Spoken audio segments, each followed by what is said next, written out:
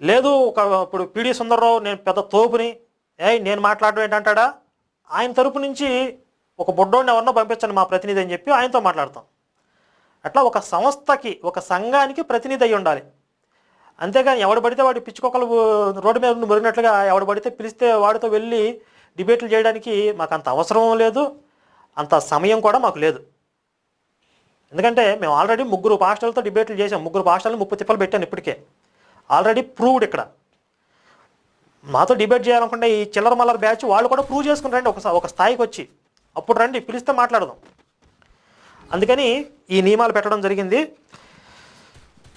Next మేము debate చేయదలుచుకుంటే కనీసం ఈ 3 పాస్టర్లు ఎవరైతే మనం ఆల్రెడీ ఇంతకుముందు చేసి ఉన్నామో కనీసం వాళ్ళ స్థాయిలో ఉన్నవాళ్ళ కాదా అనైనా చూస్తాము, లేదా అంతకంటే ఎక్కువ పెద్దవాళ్ళు ఎవరు వస్తారైనా చూస్తాం. అంతేగాని అంతకన్నా కిందకి పోయి